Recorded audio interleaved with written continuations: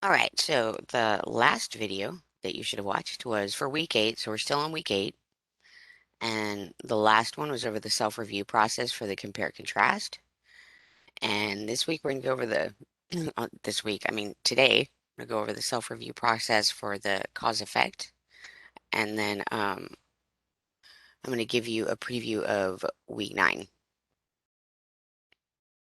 right, so we're on course content, and I'm scrolling down to week 8. So week 6, you wrote a compare and contrast. Week 7, you wrote your cause and effect. And this week, you're learning how to do a self-review process, which is a revision process. It's a way to determine what your grade's going to be and what you need to revise to improve it. And then week 9, you're going to do the self-review process on those 2 writings. So first, though, you're going to practice doing it with some example paragraphs. And that's what we went over with the last video for compare and contrast. And we're going to do that today for cause effect. Okay, so online lessons and assignments. We're in week 8, and we're going into the practice the self-review process for cause effect. Up here, this talks about what revising is. So revising is a little different from editing. Editing is mistakes such as grammar, spelling, punctuation, sentence structure. Revising has to do with ideas, making sure that you have the ideas in there, that you've elaborated enough on your main idea, and that the reader understands. And revision also has to do with transition words. So connecting your ideas together. So self-review process for the cause effect. So before you begin this, go ahead and review the organization for cause effect. And self-review process step 1 is to actually grade it using the rubric. So you're going to grade the example paragraph and score the rubric. So these are the instructions down here. So the first part of the assignment is to complete this with the video. To complete the assignment with the video, you're going to use student example D. So we're going to do that together. And then you're going to complete student example C on your own. So for the first step, you'll need the instructions, which is the step 1 grade the cause effect paragraph with the rubric. So you'll download those. And for the recording, the example, we're going to do D together. So you'll download both of those documents.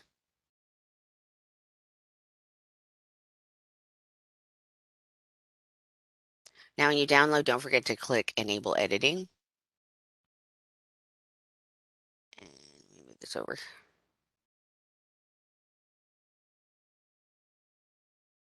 Okay, I'm going to make this bigger, so I'm going to zoom in. Let's do... Okay, I'm going to bring the instructions. So that's the example paragraph, student example D.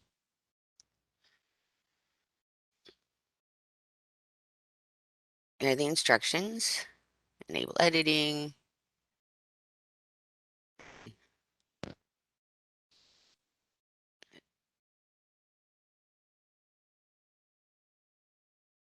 Okay, make this bigger in 1 page. All right, so self-review practice step 1. The reason it says practice is the next time you do this, you're going to do this with your own paragraph, and it's going to be the same instructions, but this time you're practicing them. Next time you'll be doing it on your own. All right, so the purpose of the assignment is to practice the self-review process before you review your own paragraph.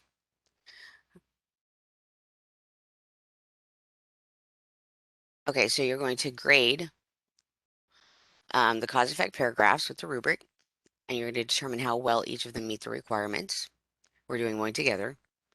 And then you're going to fill out a self-review form in step 2 that'll tell you what needs to be revised. All right, so we're doing student example D, and the categories on the rubric that you're looking at are all listed down here. For each one, there's a description of the category. The second one, it tells you what to look for. So you're going to look for the certain elements in that category in the paragraph based on how the paragraph is annotated. Then you're going to answer the questions, and after that, for each section, you should be ready to score the rubric. So main idea. So you're looking for the topic sentence in the main idea. So you're looking for the sentence that is yellow, highlighted yellow in red font. and you're looking for the two elements, the topic, so there's going to be a main cause or effect, and then you're looking for them introducing the causes or effects that are going to be discussed in the paragraph. And then things you're looking for, does the topic sentence clearly state the main cause or effect? And does it introduce the causes or effects to be discussed in the paragraph? So there's two ways you're looking for the topic sentence to go. If the topic is a main cause, then you're looking for the effects to be introduced. If the topic is a main effect, you're looking for the causes. So let's go to the example. Here's the topic sentence in red. So when my mother made the decision to move back to New York, I made the choice to stay with my dad so that I could finish high school. This decision affected me in a positive way because I graduated with my friends, built a better relationship with my father, and had the chance to go to college without leaving home. So this is underlined because it is the main cause. And there's three effects that she introduces. All right, so what we're going to do now is scroll down, go to the rubric. Here we go. This and each one of these is description. Each category, and it goes from A is on the highest end and F is on the lowest. Since there is a topic sentence, I'm going to skip the F and D part because that's either no topic sentence or weak.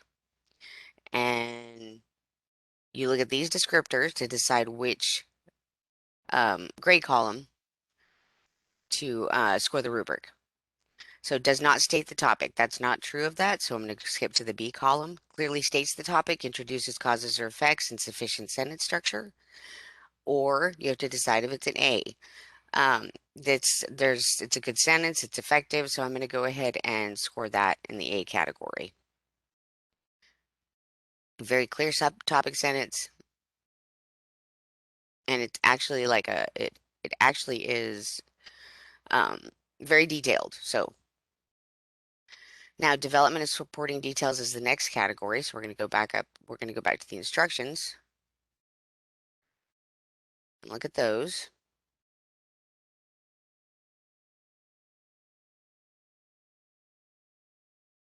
So development of supporting details. So that means making an idea clear by explaining it.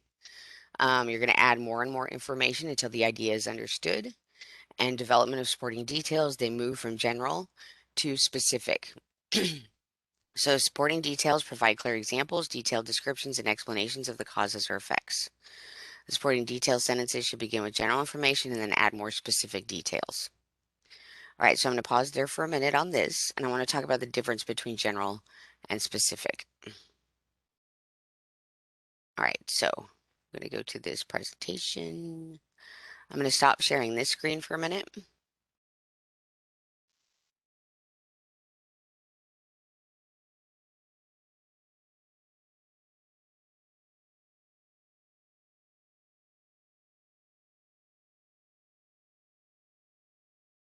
Okay, so start from the beginning.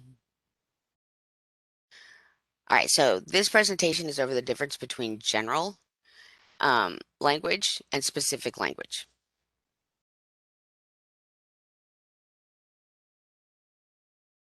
So abstract details in general language.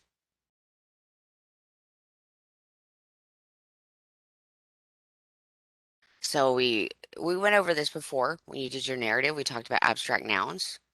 And abstract nouns, they cannot be perceived through your five senses. So they're things like ideas, emotions, and conditions. So any abstract details are going to fall in that general category. So abstract details indicate things that are conceptual that we only know through our intellect. So things like friendship. That's a general concept. So, and the reason it's abstract is what someone sees as friendship may not be the same as somebody else. So, for example, the reason I have these two different pictures is you might say the word friendship to one person and they imagine the picture of two penguins, or somebody else you might imagine the picture of them and their friends. So that's why it's abstract because everybody can interpret it differently. So for example, look at the images of success. So one person might think success is moving up in the business world. Somebody else might think it's climbing a mountain. So it's abstract. These terms are also general. Now, general language are words refer to large classes or broad areas. So for example, friendship, that's a large class. Sports teams, jobs, colleges, video games. They're broad areas. They're not specific.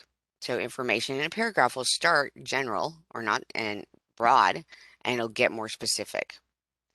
So we're going to look at concrete details and specific language, which is what you need to use when you're coming up with specific examples for your sporting details. So a concrete noun is anything you can perceive with your senses. If you can see it, touch it, taste it, smell it, hear it, it's concrete. So tangible qualities and characteristics. Concrete details can also be sensory details. So it's description, describing how something looks, sounds, smells, tastes, or feels. And here are some examples. And concrete details also fall in the category of specific language. So specific language is it designates a particular item or individual case. So things like instead of sports team, specific would be Houston Texans. Instead of general, for jobs is general, specific would be nurse. Colleges general, Lee College is specific.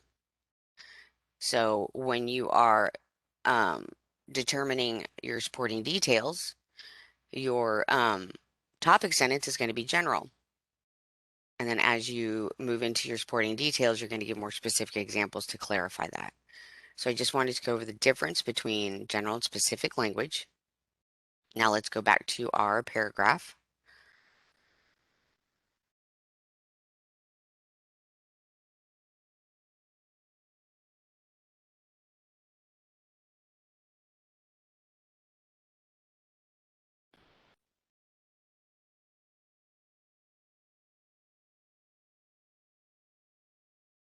Okay, so find general and specific supporting details in the paragraph. Now you're going to look after the topic sentence. And then you want to look for these elements that the questions are asking you about. So first, let's look at the general and specific supporting details, and then we'll come back and answer the questions.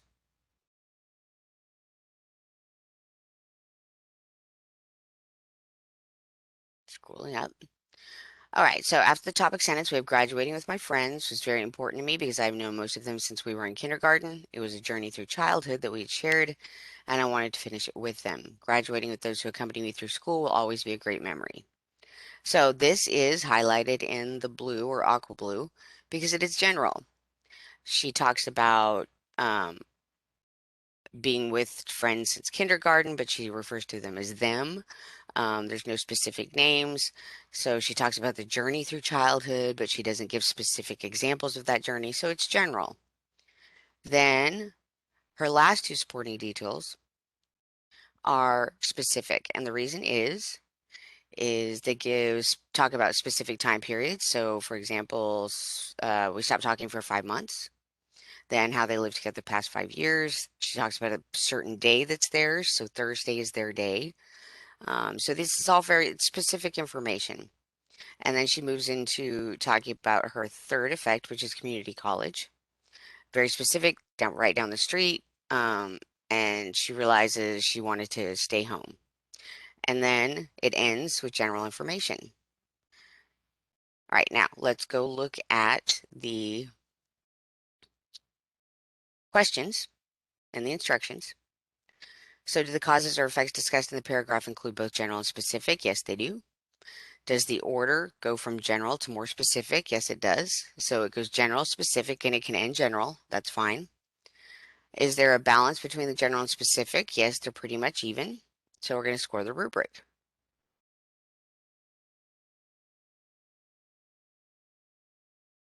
Okay, scrolling down. I'm going to go ahead and start in the C category because I know it's not a D or F. Limited descriptions and explanations, so only general information. No, that's not true. So I move up into the B and A category. So it provides sufficient details, descriptions, explanations, provides general, and provides specific. Yes, it does. Provides effective details, and you have to decide for yourself if you think it's a B or an A. Um, this example is A. She does get very detailed. She moves from general to specific, and so I am scoring this in the A category. And you're going to notice for each one of these, the compare and contrast that you've done, there were two different examples. For compare and contrast, the one I went over with you was the weaker example. And in this case, for cause effect, it's the strong example.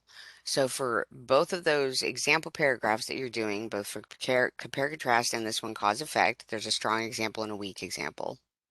So just keep that in mind. So if when you're scoring for the cause effect, your score is going to be lower than the one we do together, and that's fine. Because I want to show you, I wanted you to see two different examples, a strong and a weak. Okay, so the last thing that we're going to look at is transitions. You're going to notice you have less elements to look at for cause effect. All right, so let's go back to the instructions. Language and style, so you want to annotate all the transition words and you make sure that there's enough to connect the ideas. In general, there needs to be an introductory, there needs to be transition words between the supporting details that indicate cause or effect or the relationship between them, and a concluding transition. So if we look at the example, they are all highlighted in purple. Okay, so there is not a introductory one. She does introduce the first supporting detail, the second supporting detail with another good outcome. And then, for example, introduces her more specific information. And then every is indicating that this happens every Thursday. She introduces the third effect and introduces the idea that it's back in high school. And then she has another transition in between ideas, and then she has a concluding. So as far as transitions goes, let's go down to look at the rubric.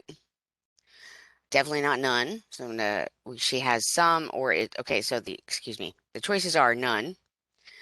Incorrect. Transitions will give you a C. Some is a B, and transitions, sufficient transitions to connect ideas is an A. Now, even though she didn't have an introductory one, um, it didn't hurt the flow of the piece. So I'm going to go ahead and score this with uses transitions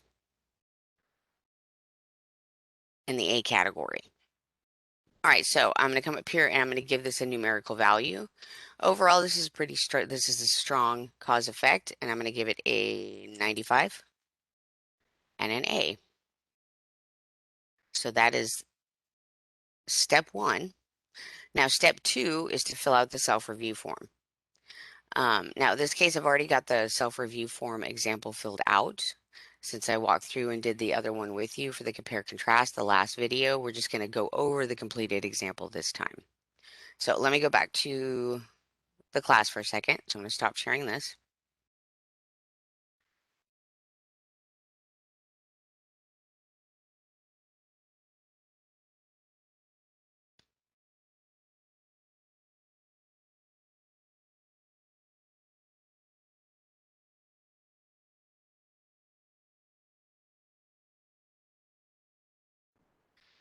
All right. All right, so we're in week 8 in the practice of self-review process for cause effect folder.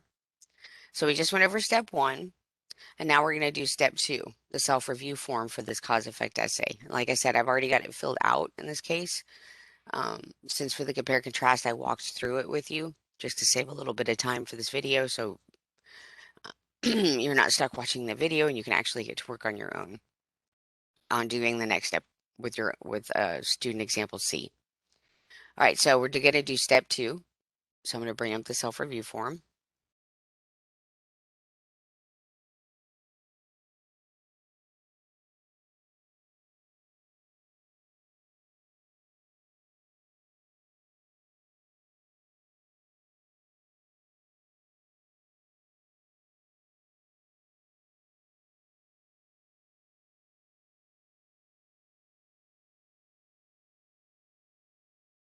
Okay, to complete the self-review, you want to go through and look at your annotations and the rubric, and you're going to complete this out. You're going to, excuse me, fill this out. You're going to put X's in the middle, indicating which one it is, and then it's going to ask you for specific things from the paragraph. And this goes through the same categories as the rubric. So main idea, oops, I forgot to mark this. So uses this, it states the topic of the paragraph, and that's what's underlined right here, and introduces the causes or effects. In this case, it's the effect. So there is a topic sentence that does state the topic of the paragraph. There'll be an X there. See if it'll let me. Here we go.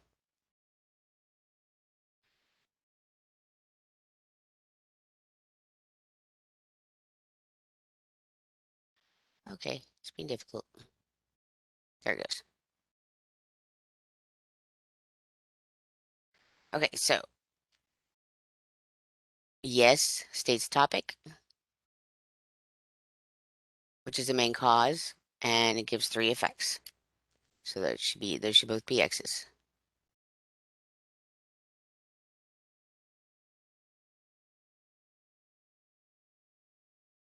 Okay. And over here, it asks you to put the copy and paste the topic sentence. Now, what is the main cause or main effect? That's the decision to move in with her dad that caused those three effects. So now the second part is the supporting sentences. So you want to look at what the supporting details are. So what's the first cause is or effect? And then ask you to list them. So is it a cause or effect? They're all three effects. Well, first is graduating with my friends. The second, the relationship I built with my dad. And the third, going to community college. Now you look at the development of supporting details. So you copy and paste them over. They're already highlighted to tell you. So this one is general. For the second cause effect, it's specific, and for the third, it's specific. And so I marked those accordingly. And then the last thing is to fill out your transitions. So if this was going to need to be revised, which it doesn't because it's a 95, it would tell you here. So let's say, for example, you had all specific, you would know you need to change one to general. So when you do this for your own cause and effect paragraph, when you get to this point, you're going to know what you need to revise. And same with the compare contrast. Okay, so what you will be turning in for this step is the annotated paragraph in the rubric, that document, and then also the self-review document completed. And so these two steps that we looked at these examples with, so for the compare contrast, we went over student example A together. You're to do student example B on your own.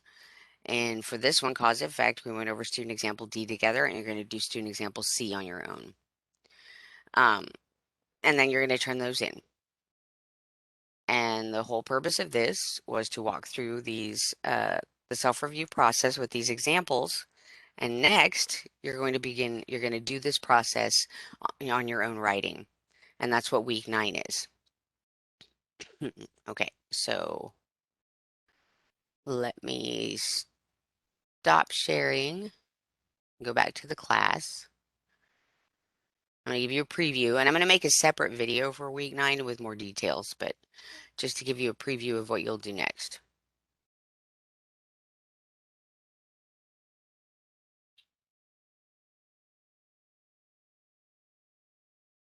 All right, let me go into student preview. Okay, course content, scroll down now. Week 8 and week 9 are in one folder. Online lessons and assignments. So this is week 8, what you did for the practice assignments. Now you're going to do that same process for your own compare, contrast, and cause effect paragraph. So go into week 9. And I'm just giving you a quick preview. I'm going to do a separate video that gives you details. You're going to get your compare, contrast, and cause effect paragraphs back. That's not going to have feedback. It's not going to have comments, but I'm going to have it highlighted. I'm going to have it annotated just like the examples. So, for example,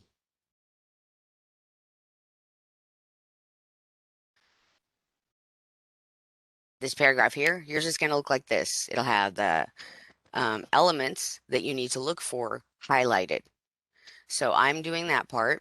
I'm going to do the highlights, and then you're going to go through and score the rubric for your own paragraph. And you're going to do the step 2, which is fill out that form. You're going to do that for the compare contrast and the cause effect. So let's go into the compare contrast folder. So you see it's the exact same steps as the practice. So you're just doing that same thing on your own paragraph. Once you get that done and you have your scored paragraph and your self-review form, You're going to decide which one of those you want to revise. It's going to be the one that you think you did, you didn't do the one that needs to be revised the most. So the highest grade for the highest grade will be the grade for writing assignment two, and the lowest grade will be the one you revise. So, but I'm going to stop there because I'm going to go into more detail about week 9 in the next recording and show you where to go to download your paragraphs that are going to be highlighted or annotated already so that you can do the self-review process. Okay, so get the practice assignments done, and then those are due by the end of the day tomorrow. And then you will start week 9, which is doing the self-review process on your own 2 paragraphs. And then you're going to revise the one you choose. And then week 10 will be the final exam and student conferences. So more information coming up about those, and I will post a recording of week 9 to explain that process in more detail.